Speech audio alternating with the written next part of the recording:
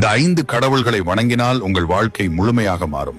நீங்கள் தினமும் வணங்கும் கடவுள்களே உங்கள் விதியை மாற்றும் சக்தி படைத்தவர்கள்.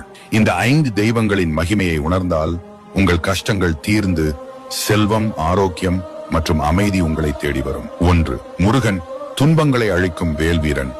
ஓம் சரவண பவாய நம என 108 தடவை சொல்லுங்கள். எதிரிகள், தொல்லைகள் அனைத்தும் நீங்கும். 2. லட்சுமி, வறுமையை ஒழிக்கும் அன்னை. வெள்ளிக்கிழமை இரவு ஓம் ஸ்ரீ மகாலட்சுமியை நம என்று சொல்லுங்கள். பணப்புழக்கம் உடனே வந்தடையும். 3. சிவன், பாவங்களை சுட்டெரிக்கும் நடராஜர்.